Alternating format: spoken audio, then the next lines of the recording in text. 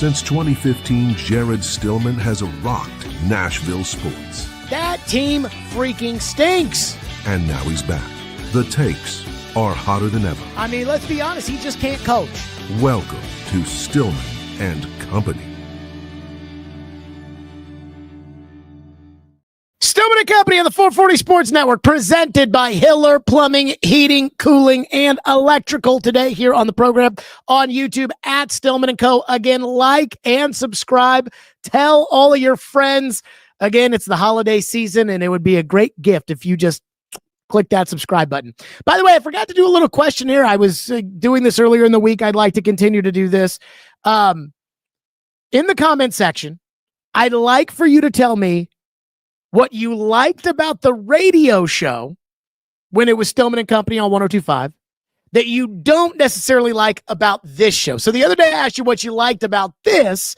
Now, what do you wish was a little bit different? So I ask of you that question, if at all possible. But again, I understand one way or another. I do want to say later in the program, we'll get to this more in depth, but the news today that the Predators released that Sheila Crisp, the wife of Terry Crisp, had passed away, came today. And I got to tell you, it hit me like a freaking knife to the heart. And so we will get into that at some point, but I did not want to start the show on that and then have us all in a somber mood for somebody who certainly deserves it. So I got to start today's show on what Cam Ward did yesterday. And if you've been following me on social media on Twitter, I haven't said really anything about what Cam Ward said. So as soon as we got off the air yesterday, I was on my phone on Twitter, and I saw Kaharski had tweeted out that Cam Ward says he would like a say in the next head coach, or he'd like to be involved in the next head coach. You can couch it however you want. Cam Ward wants a seat at the table and thinks he deserves a seat at the table when it comes to deciding the next head coach of the Titans. He'd like to meet with all the coaching candidates before they pick a coach. And I immediately went to go right to Twitter to go post my disgust. Because I'm not going to lie to you. I was disgusted. And I said, no. I said, let's save it for the radio show. And I get that we live in a different age. I talked to a former general manager yesterday who also, by the way, thinks it's absurd for Cam Ward to think that he should have any say in who the Titans coach is. And I said to that former general manager, I go, what do you make of this? And he kind of shrugged it off and said, well, this generation just thinks they have all the fucking answers. Again, he's like, you know what? These guys, they think they know everything, so they're going to say shit because it is what it is. But as I decided to hold my utter disdain for Cam's comments to myself for the show, I saw headlines popping up like ESPN saying, Cam Ward wants to involve himself in the head coaching process. And I think I reached a breaking point. I think yesterday was the moment where it hit me that I was like, you know what? I think I'm starting, again, whether or not Cam's going to make it from the football standpoint, that's one thing to discuss. Like, are the Titans going to get the right coach for Cam? Are the Titans going to use their draft picks accordingly? Are they going to spend enough in free agency? Is Cam going to learn to change his mechanics and his footwork and everything else? That's one thing.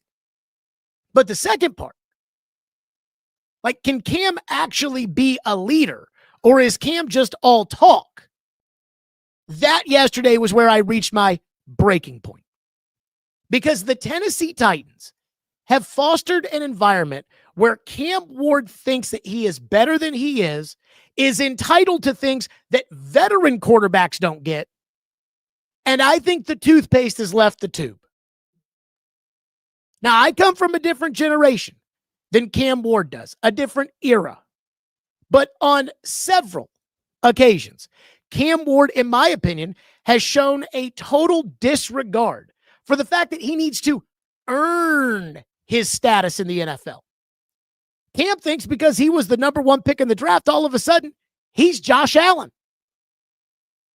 I heard Charles Robinson say that when the Colts hired Jim Caldwell, that they took in Peyton Manning's input.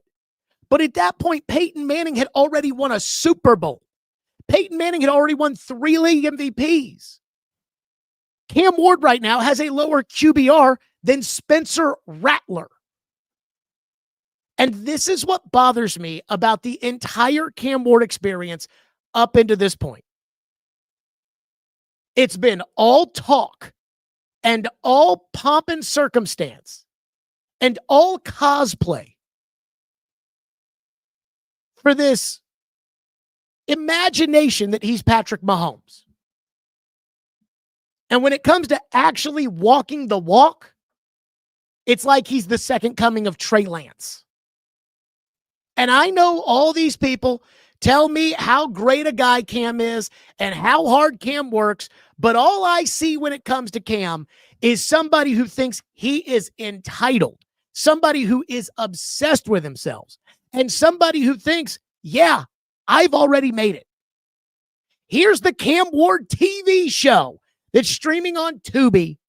Here's Cam Ward getting Warren Moon's number unretired. Here's Cam Ward being handed the quarterback job with no competition. Here's Cam Ward calling his entire team ass in public. Here's Cam Ward second-guessing the coach and his decision to kick a field goal on 4th down. And here's Cam Ward saying he should help the team pick the next coach. Also, here's Cam Ward with the lowest QBR in the NFL. Seriously. Give me a break. And I have to ask, has Cam Ward earned anything in the NFL? You know, in the mafia, for instance, you have to do what they call make your bones. You have to work on the street as an associate. You have to work as a soldier or an enforcer. You have to work as a capo regime. You have to work as an underboss. And with 25 to 30 years of good organized criming, maybe one day you'll get to be the boss. Cam Ward thinks because he was picked number 1 overall in the draft that he's done all the work to be treated like Joe Burrow. And that irks me to no end. The entitlement that this quarterback has, that he even thought he was worthy of Warren Moon's number.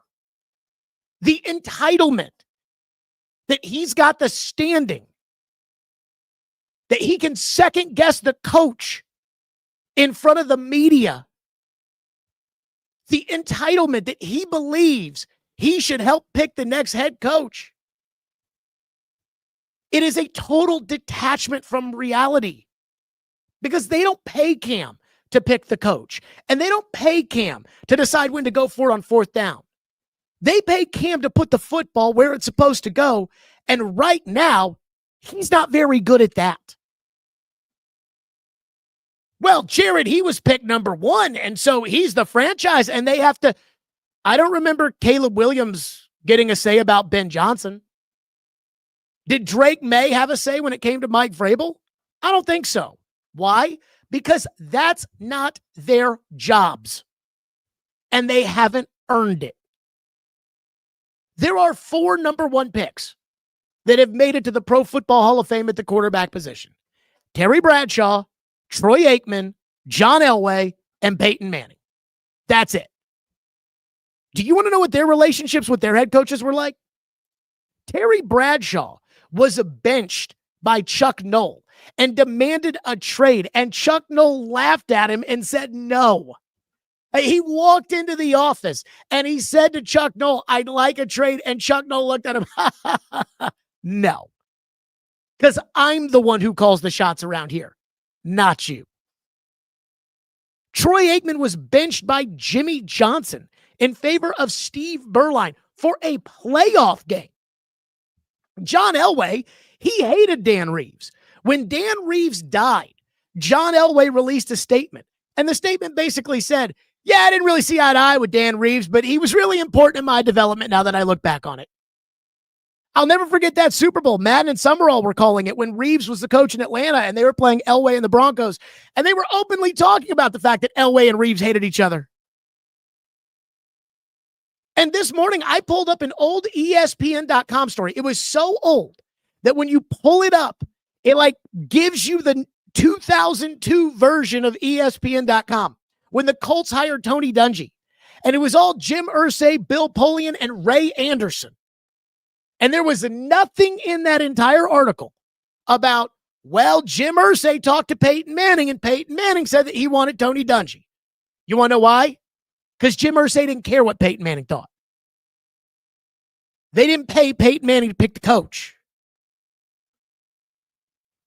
So Terry Bradshaw and Troy Aikman and Peyton Manning and John Elway, they don't get a say. But Cam Ward should. Again, it's not like these guys liked their coaches. Terry Bradshaw refused to go to Chuck Noll's funeral.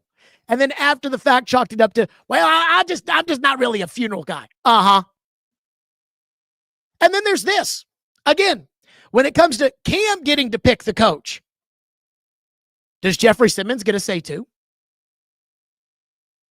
What if Simmons wants Arthur Smith to be the coach, but Cam wants Robert Saleh to be the coach? Now what do? What if Peter Skoronski doesn't want Mike McCarthy to be the coach? Do we have to listen to him? Cam Ward currently is the 22nd graded player on the Titans offense at Pro Football Focus with a 56.1. He is 1 point behind Bryce Oliver. Does Bryce Oliver get a say in the next coach? According to PFF, Cam is the 39th highest graded player on the Titans in 2025. So how should the other 38 feel? And it's not even Cam having a say that I really have a problem with, because just because Cam gets up there and says, I think I should have a say, doesn't mean that Cam's going to get a say. But it's the fact that Cam Ward thinks he gets a say in this organization, which makes me think that he is delusional and that this organization does not have a grown-up inside the building that can put Cam in his place.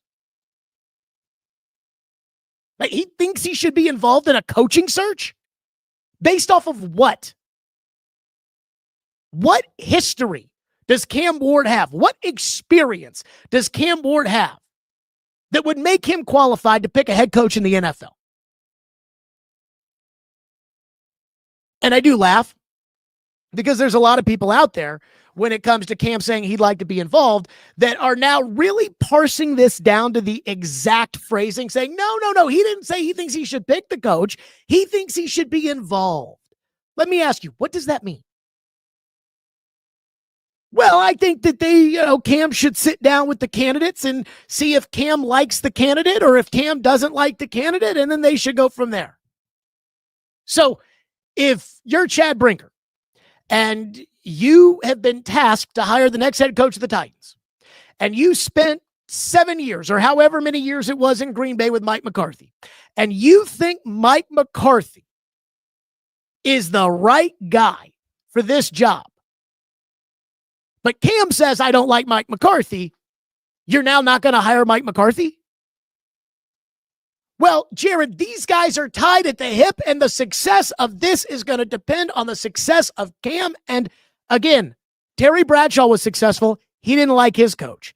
John Elway was successful. He didn't like his coach. Troy Aikman was successful. And at points, he didn't like his coach.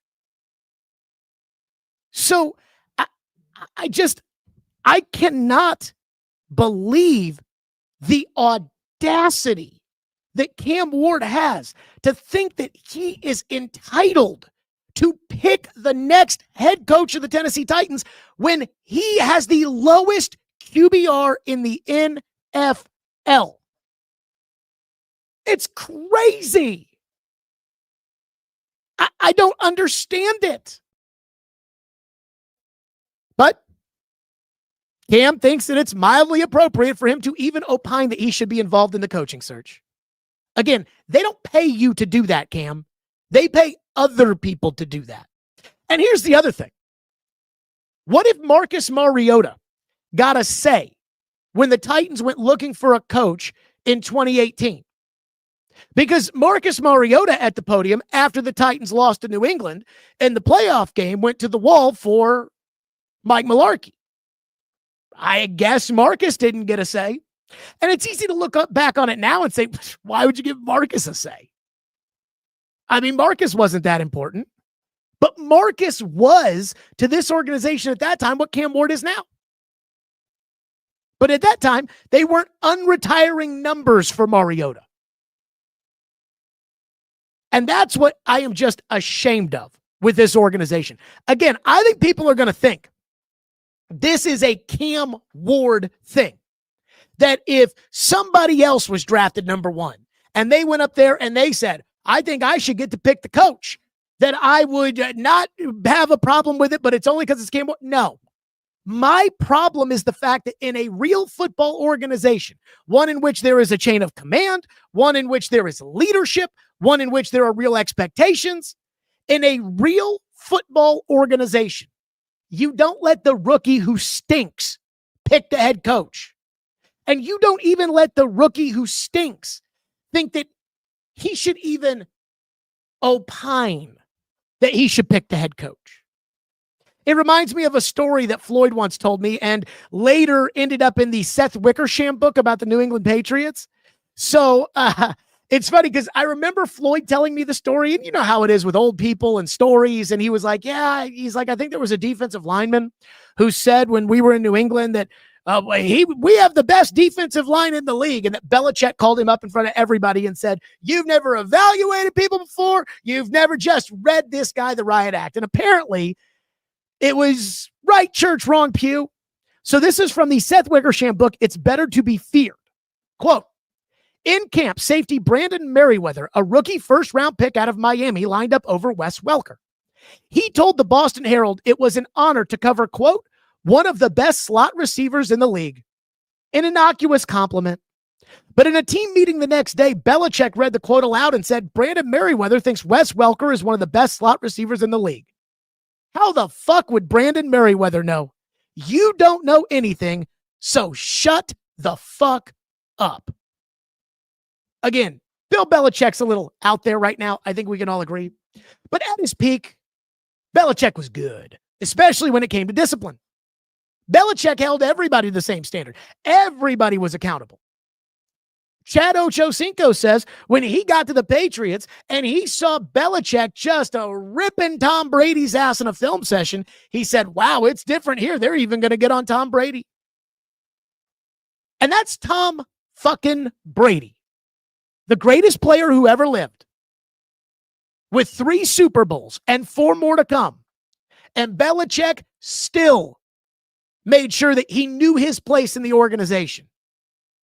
Here, this rookie quarterback who doesn't win any games, who's not very accurate, who has horrendous stats, is actually saying he thinks he should get to pick the next coach. And again, when you say, no, he wants to be involved in the process, he doesn't think he should pick the coach. I ask you, what if Cam doesn't like one of the candidates? Do you take him off the board? What if Cam goes to you and says, oh my God, we got to take Matt Nagy. We got to have Matt Nagy. And yet Mike Borgonzi, who's worked with Matt Nagy at the Chiefs, knows in his heart, yeah, Matt Nagy's not very good when it comes to picking a coach. And so here's what I've decided. The first task of the new head coach of the Tennessee Titans is not to build a system around Cam to be successful. It's not to build out a coaching staff.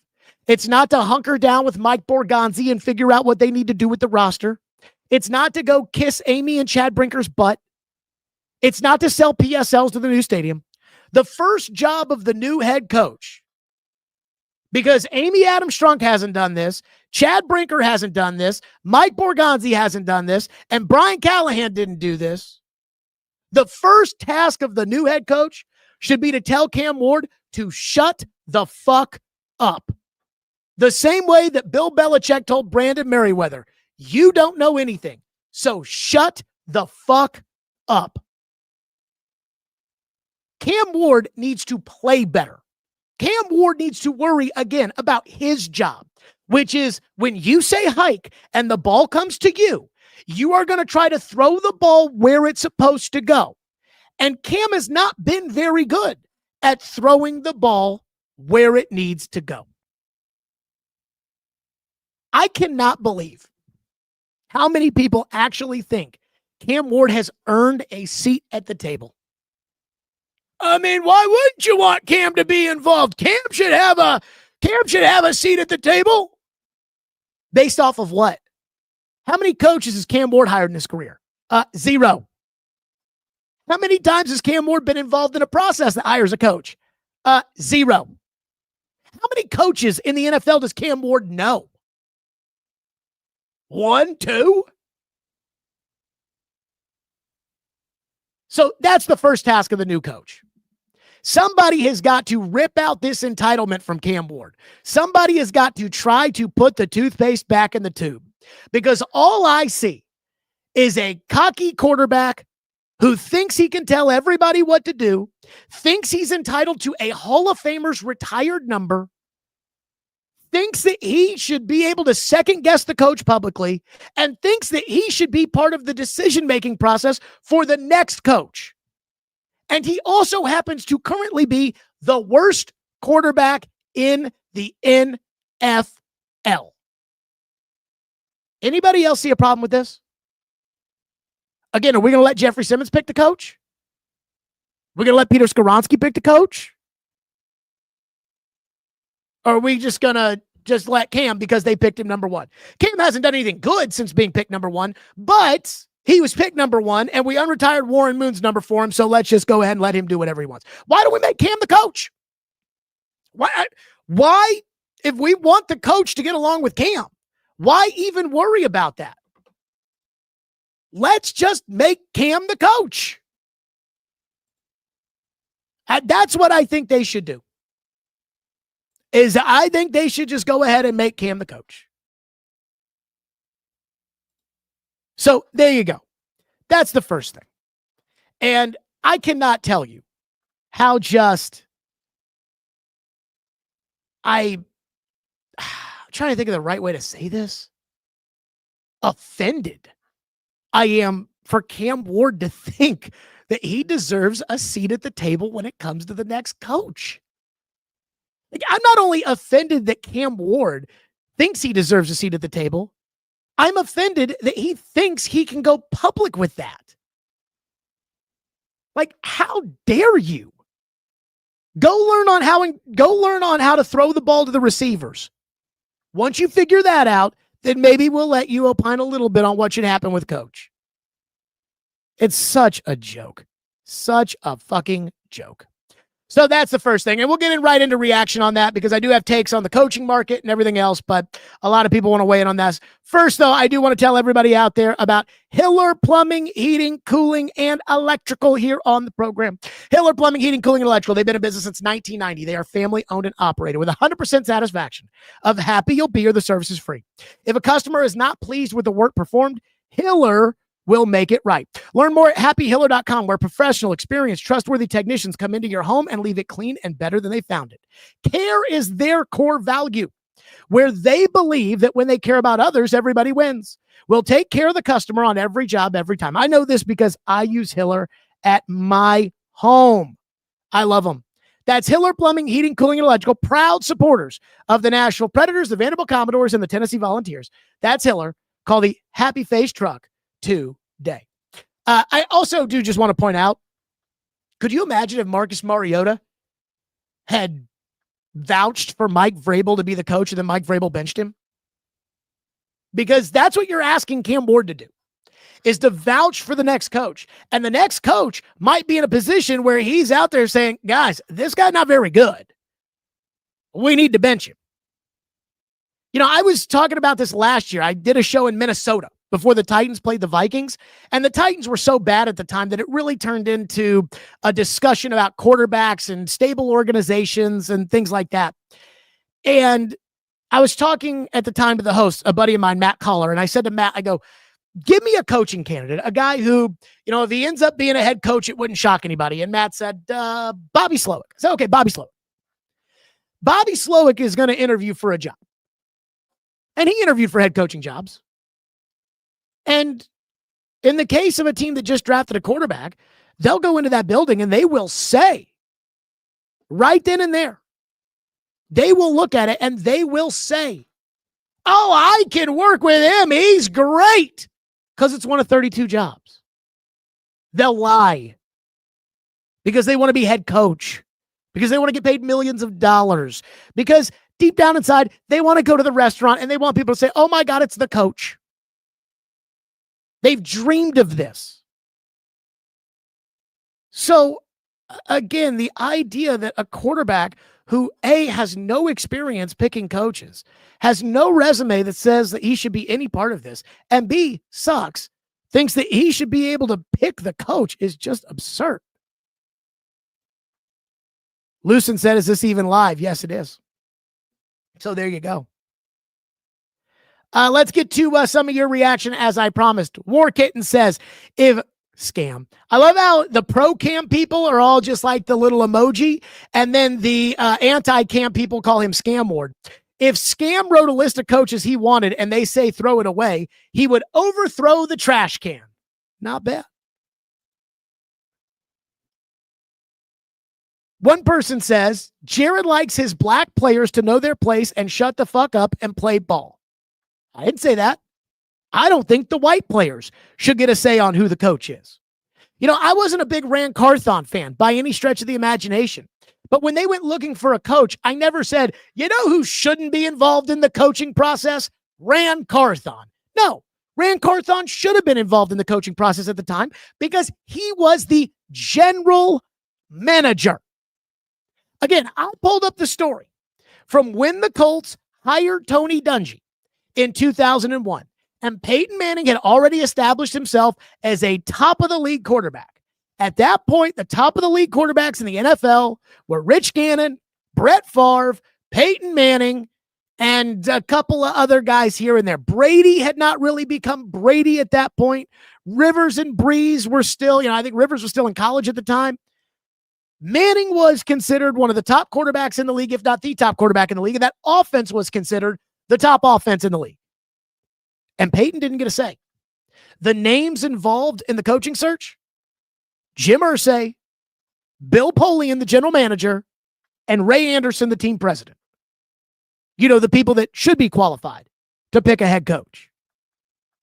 And apparently the Carolina Panthers at the time, who I believe ended up hiring John Fox, and they went to a Super Bowl. Carolina apparently made a big, big push for Tony Dungy. So I just think this is so crazy, is the fact that, again, I didn't know that this was going to be that big of a deal. Like, I thought I was going to scream about this today when I saw it, and people were going to be like, oh, Jared's overreacting. And then I see it on the front page of ESPN.com, and I see Shannon Sharp yesterday was like apparently looking into the camera and saying, you are not him yet, Cam. Like Joe Burrow, in my opinion, I think Cincinnati should fire Zach Taylor. And I think that when it comes to hiring the coach, Joe Burrow I don't think he should be entitled to be a part of the process, but I would include Joe Burrow in that thought-making process. Because Joe Burrow's been to the Super Bowl. Cam Ward's worst quarterback in the NFL right now. Jamal says, it's obvious Stillman never wanted to see Cam succeed. Again, I'm a Titan fan. You can believe that or not, but I want to be wrong about it. At some point, I want to be wrong. Like, I don't think Brinker's worth of shit. I don't think Cam's worth of shit. I'm worried that Borgonzi's really not worth of shit just based off of some things I've noticed. I don't think they're going to hire a good coach, and I think the owner is crazy. I hope I'm wrong about that. I hope the owner really has it all together, which I don't believe. I hope that Chad Brinker knows what he's doing, which I don't know how I could feel that way. I hope that Mike Borgonzi's belief that Cam is the next Mahomes, I hope it comes to fruition.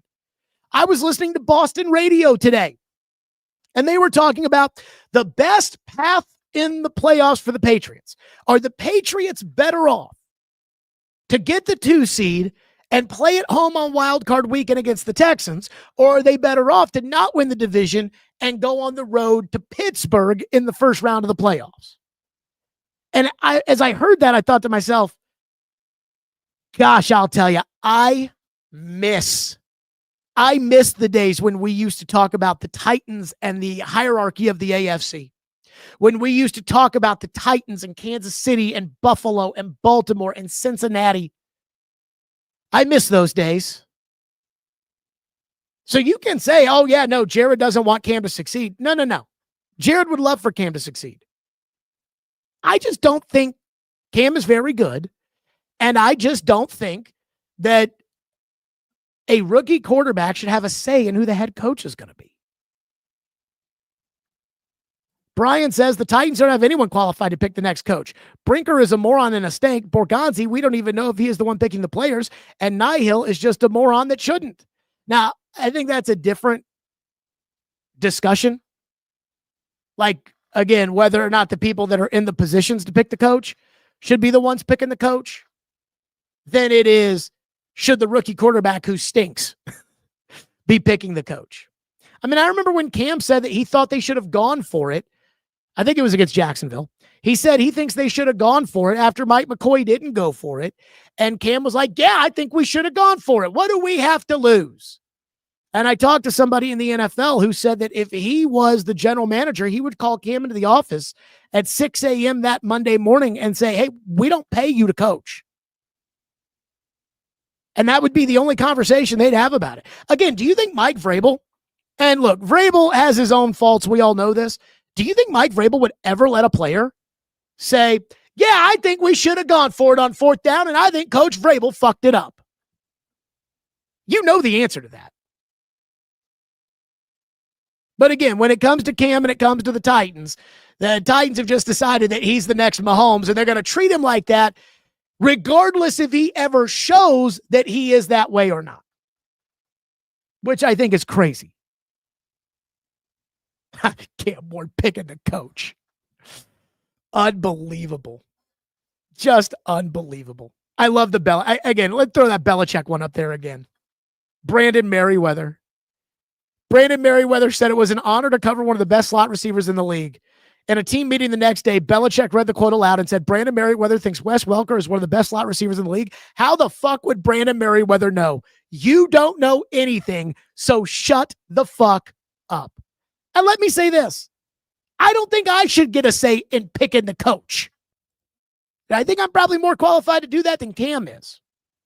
That takes me to the second thing, which is the coaching carousel, because this is going to be quite a doozy.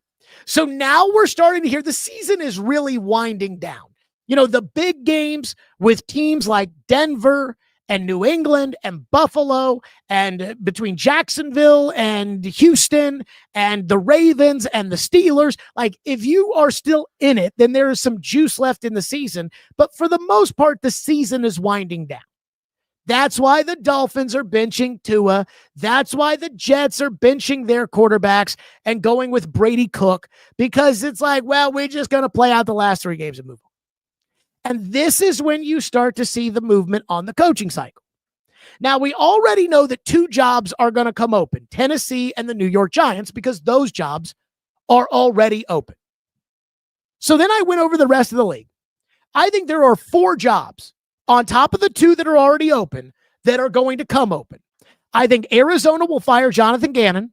I think Atlanta will fire Raheem Morris. I think Cleveland will fire Kevin Stefanski. And I think Las Vegas will fire Pete Carroll. Now, I don't trust Cleveland and Las Vegas to make the right hires, nor do I have much faith in Arizona or Atlanta, but I think all 4 jobs are going to come open. That's 6. Then by my count, I think there are 5 jobs on top of those jobs that could come open. I think the Jets could come open, and there's starting to be a lot of smoke around Aaron Glenn in New York. I thought the owner just loved Aaron Glenn, so there was nothing that Aaron Glenn could do to lose his job, but apparently it doesn't seem that way.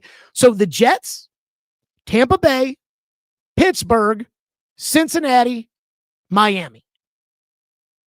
That is 11 total jobs that have the potential to come open. And throw in the fact that every year it feels like there's a surprising one that comes open. Who knows how many jobs are coming open this year? I'm going to go with 8 that I think will come open. We already know about the Titans and the Giants. I think Cincinnati comes open, though I wouldn't be shocked if it didn't. Cincinnati has got to come open. Like, they've got to fire Zach Taylor, and they still probably might not do it. But I think 8 come open. Tennessee, New York, Cincinnati, Arizona, Cleveland, Vegas, Atlanta, Miami. I think that's 8 jobs. Where are there going to be 8 head coaches to fill these 8 jobs? I mean, the candidate pool right now is what? Chris Shula, Clint Kubiak, Mike McCarthy, Matt Nagy, Kevin Stefanski, Arthur Smith, Lou Anarumo, Mike McDaniel, Robert Saleh, Joe Brady, Jesse Mentor, who, by the way, I think will be the next head coach at Michigan, Brian Daboll, and I guess Vance Joseph. Woof. But the one thing that I do worry about is again, Cam wants a say in the coach, and the Titans, apparently people think they'll just go get whoever they want to go be the coach. But I'm sitting there thinking to myself, are you really going to be able to get Mike McCarthy? Because when it comes to Mike McCarthy, if you have the choice between the New York Giants with Malik Neighbors and Andrew Thomas at left tackle and Jackson Dart at quarterback, you have the choice of the New York Giants, or you have the choice of the Tennessee Titans. I don't know who you're taking. If you have the choice of Joe Burrow in Cincinnati, I think I would take that. Give me Burrow, Chase, and Higgins. Let me see if I can figure out the defense. Now, Arizona's a mess. Cleveland's a mess. Vegas is a mess. Atlanta has a bunch of skill players that we all think should be good, but apparently Atlanta never wins anything. And then in Miami, I mean, you're stuck with Tua. Are you sure you're going to be able to get Mike McCarthy? Are you sure you're going to be able to get the guys that you just, oh, no, we don't want Matt Nagy. He's no good. Are you sure you're going to be able to get him? Because he might go to Arizona. So I look at that coaching cycle and the coaching candidate pool, and I'm like, ugh. Chris Shula is a coordinator on a top team. He'll get a job because that's how it works in the NFL. If you're a top coordinator on a top team, you get a job. But then after that, who else is there? I hear people bring up Vance Joseph's name. I'm like, Vance Joseph? Ugh. Josh McDaniels would be a candidate, except for he had those disastrous tenures in Denver and Las Vegas, and I don't think anybody's going to hire him. So when it comes to the candidate pool, I don't know what they're going to do. Maybe John Gruden does get a bite. Who knows? Oh, shit. TDG says Caleb Williams picked his coach. No, he did not. Caleb Williams did not pick the coach. Caleb Williams was not very well liked after last season. Like, there was hope that they could change him and fix him, but it was like, oh, God, Caleb Williams, he wasn't very good, and he paints his nails. Richard says in the chat, he has no problem with Cam Ward wanting input on the next coach. He knows more about football than Burke Nihill and some of the other upstairs clowns. Again, if we want to talk about the qualifications with Burke Nihill and Chad Brinker and Mike Borgonzi, I'm totally fine with that. The problem I have with doing that is that every time I do that, people are like, we've already heard this, Jared. You don't think any of those guys are any good. And you're right. I would clean house. But those guys are in position to where they are responsible for hiring a coach. Like, that's their job. Like, when Mike Borgonzi took the job, if it didn't work out with the coach, you knew he'd be involved in a coaching search. That's what you do when you hire a general manager. That's not in Cam Ward's job description. Remember what Belichick used to, remember the motto, do your job. Cam is not doing his job. Chase says Cam is so ahead of himself.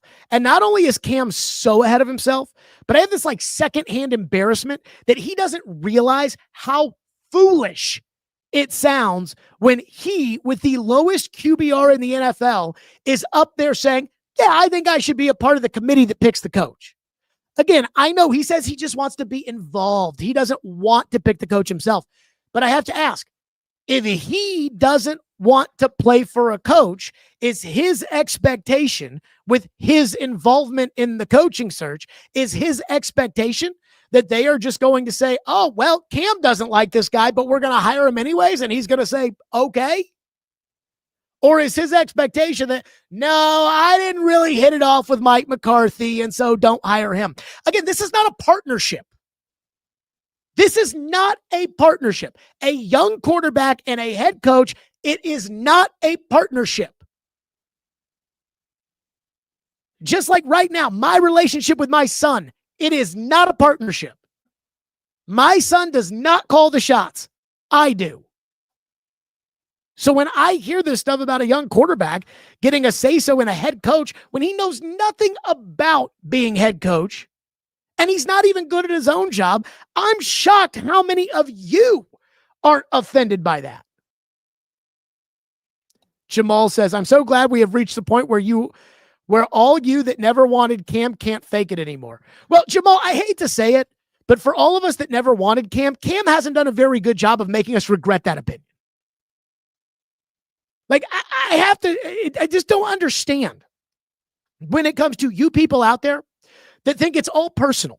Like, oh, you never wanted Cam, and that's why you always point out that Cam isn't any good. Or is it that we point out Cam's not any good because, well, Cam's not any good? Which is unbelievable. John says, I do miss Vrabel. At least we had a coach that could beat up other coaches. Again, could you imagine if a player on Mike Vrabel's team thought that he was entitled to making coaching decisions of going forward on fourth down, or thought that he was entitled to make organizational decisions? You know, it's so funny. Like when they asked Cam about going forward on fourth down and he openly criticized Mike McCoy, and people were like, well, Cam was just answering a question. What's he supposed to say? He's supposed to say, I don't get paid to make that decision. I get paid to play quarterback. And right now, I'm not doing a good enough job. That's what he needs to say. That is recognition of the situation. That is accountability and ownership of his own responsibilities and his own lack of fulfilling those responsibilities. I do want to get to this. Did anybody else see what Rece Davis said about Diego Pavia? So Rece Davis came out. I guess he, like 900 other people, has a Heisman vote.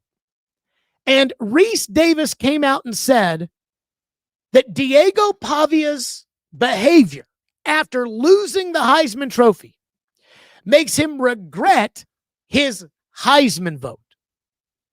And I just saw that and thought, could you college football media people be more sanctimonious? Just because somebody is a tool bag doesn't mean that they didn't deserve an award. And yet, this happens all the time. Now, nobody is as holier than thou as the baseball writers. Barry Bonds, total tool bag. Let's vote Terry Pendleton as the MVP over him. David Ortiz did steroids, but we'll put him in the Hall of Fame. But the guys that lied to us about it, Roger Clemens and Alex Rodriguez and Barry Bonds, we're going to keep them out. Curt Schilling voted for Donald Trump, so we're not going to put him into the Hall of Fame. Just so sanctimonious. And now the college football people are starting to get up there. Oh no, Diego Pavia said F the voters after he lost. How dare he? I mean, was it really that bad? He said F the voters on Instagram. He didn't even say the word fuck. He said F the voters on Instagram. And then he went to a nightclub and partied with hot chicks, which, trust me, all of these guys are partying with hot chicks. Because if you were in their position, you'd be partying with hot chicks too. And he stuck up his middle finger. Okay? Again, I don't want to make this about other people. I don't want to do the whataboutisms when it comes to, well, what about this guy or what about that guy? But when it comes to inappropriate behavior, you know I love Tom Brady. And Tom Brady's the greatest quarterback that ever lived. Tom Brady knocked up Bridget Moynihan and started dating Gisele Bündchen while Bridget Moynihan was pregnant with Tom Brady's kid. Now, again, look, everybody has their own relationships, and those are their own personal relationships. And again, I'm not saying Brady should have stuck into a relationship that he didn't want to be in because of, but isn't it kind of a bad look when your ex-girlfriend's pregnant with your kid and you're out dilly-dallying around with the hottest supermodel in the world?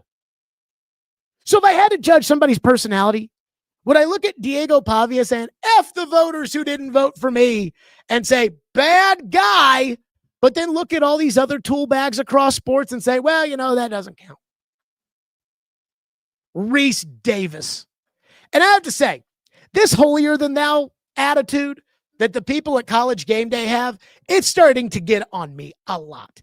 I feel like every time I watch that show now, I'm getting talked down to by the hosts. You know, Rece Davis is up there every week in a suit. Dude, anybody can do that job. If you left ESPN today, they could go get Trey Wingo tomorrow, and he could do the same job.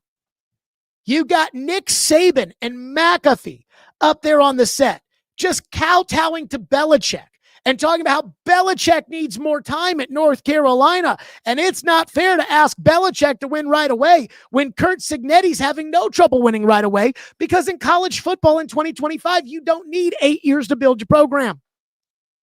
But Saban and McAfee covered for their buddy, Belichick.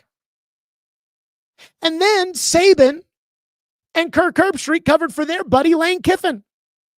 They actually had to talk on the College Game Day set about who on this set is conflicted with their agency and the Lane Kiffin situation. Everybody here who's represented by CAA, raise your hand. Okay, everybody here who's represented by Jimmy Sexton, raise your hand. So I'm now supposed to hear from the host of that show that lacks such integrity right now that every week it's like, yeah, they're in the bag for Lane Kiffin. Yeah, they're in the bag for Belichick. Yeah, they're in the bag. So we have to like it's a courtroom, and we have to recuse ourselves because we're looking at our conflicts of interest. And I'm supposed to listen to that guy talk about Diego Pavia? Give me a fucking break. Again, this is the show in which they lied about who was producing the show so that they could make up fake Emmys for Lee Corso and Kirk Herbstreit and Desmond Howard. And apparently the Emmy people had to go in the house and go get the Emmys and take them out. Now, again, what's a worse look? Diego Pavia in college, albeit at 24 years old or whatever, Diego Pavia in college being like, F the voters.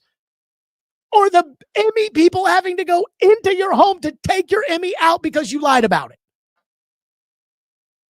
Unbelievable. Just, I saw that. I'm like, I can't believe it. Give me a break.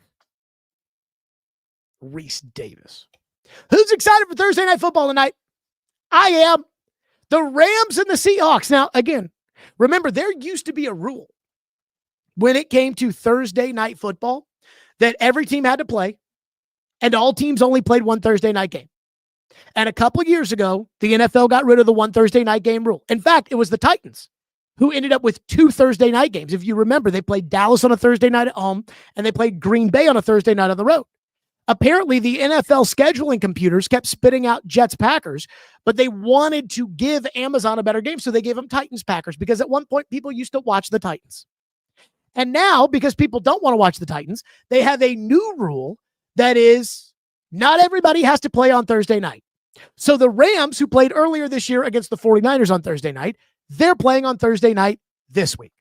The Seahawks, who played earlier in the year at Arizona on Thursday night, they're playing tonight on Thursday Night Football.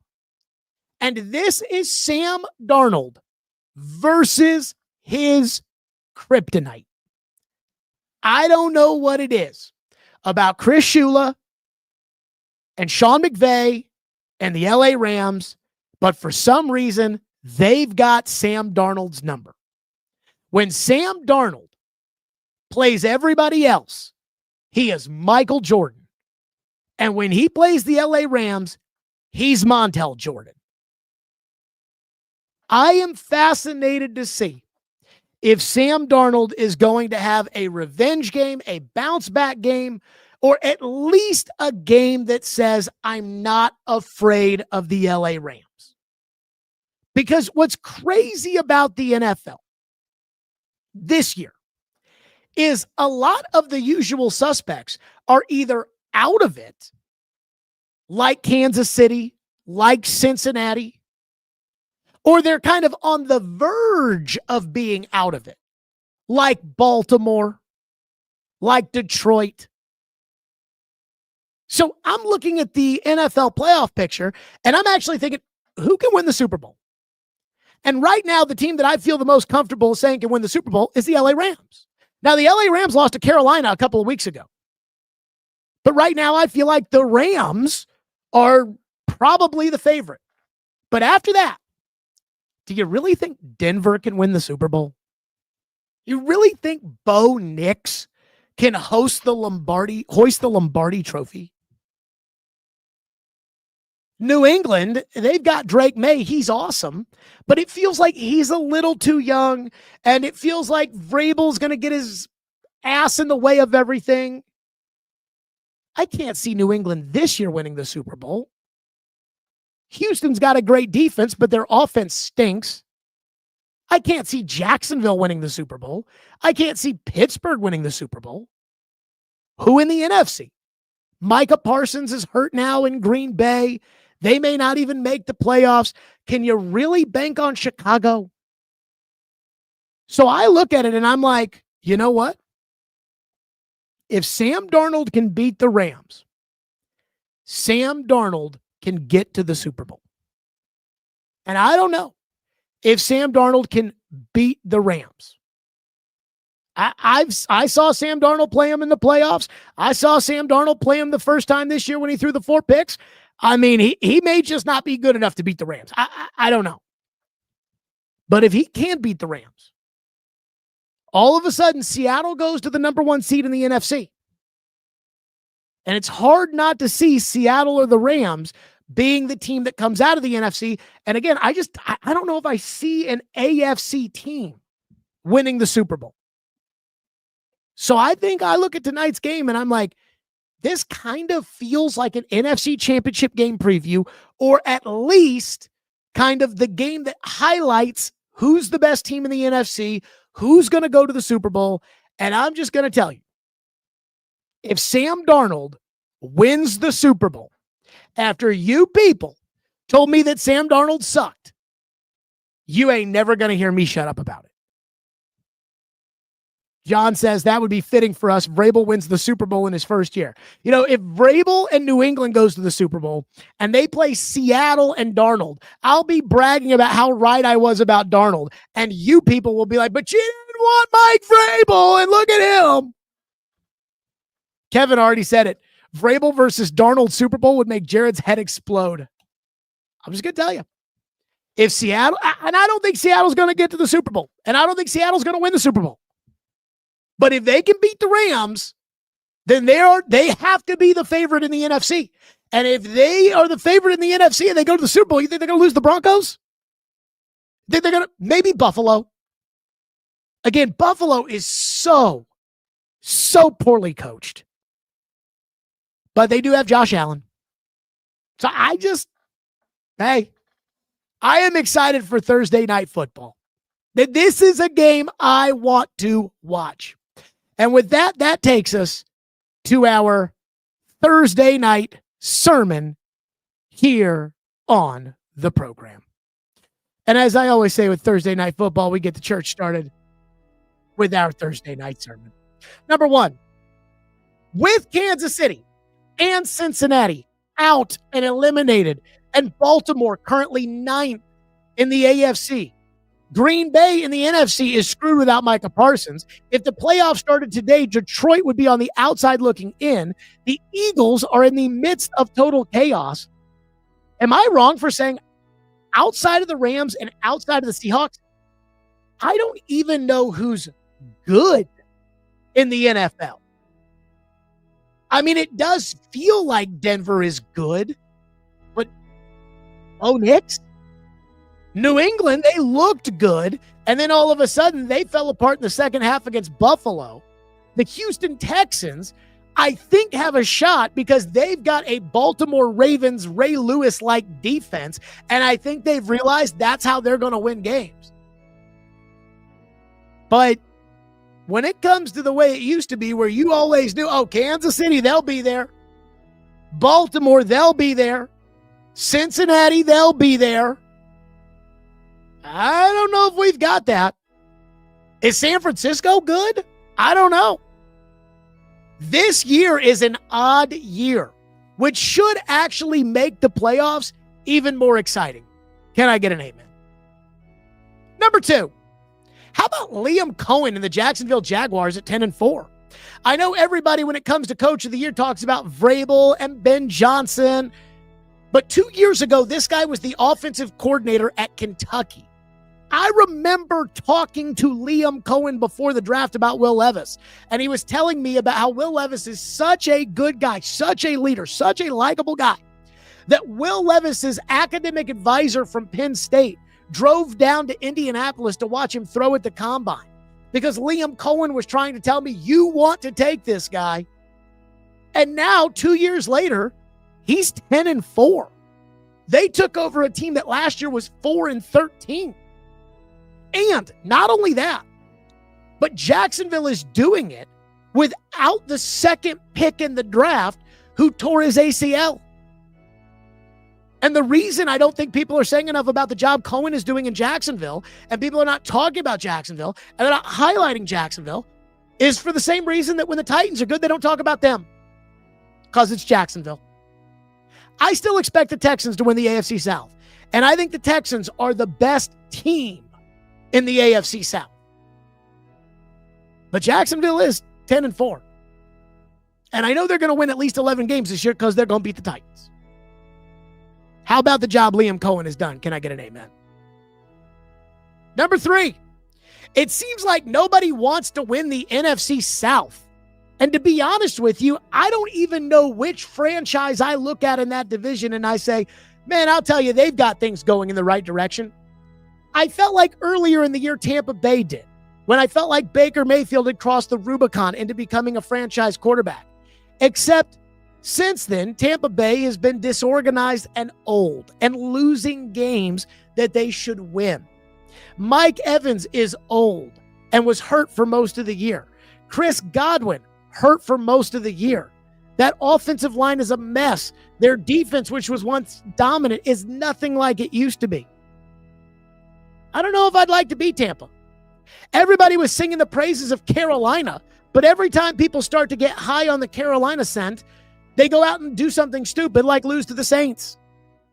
And Atlanta might be the biggest mess in that division, where they've got two highly paid quarterbacks. They've got all these offensive skill players, and yet Raheem Morris, they can't win a game unless it's against Carolina or Tampa Bay choking away their season. So I don't know what's happening with the NFC South, and I don't even know who I would want to be in that division. Can I get an amen? And finally, the Jets have announced, even with Justin Fields healthy, even with Tyrod Taylor healthy, they are rolling with Brady Cook at quarterback. So between that and the Dolphins deciding to go with Quinn Ewers as their quarterback, I have to ask, are these teams tanking? Because that's what it feels like.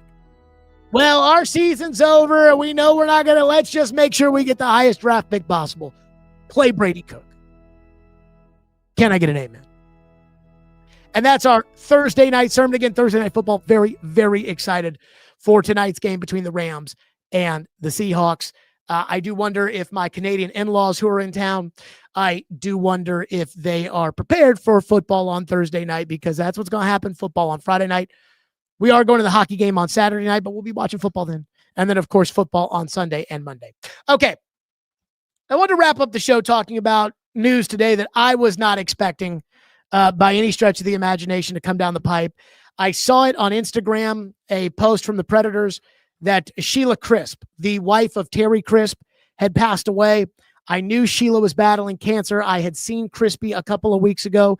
Crispy told me that Sheila was battling cancer. They brought Sheila into the locker room a couple of months ago before the Hockey Fights cancer night, and she read off the lineups.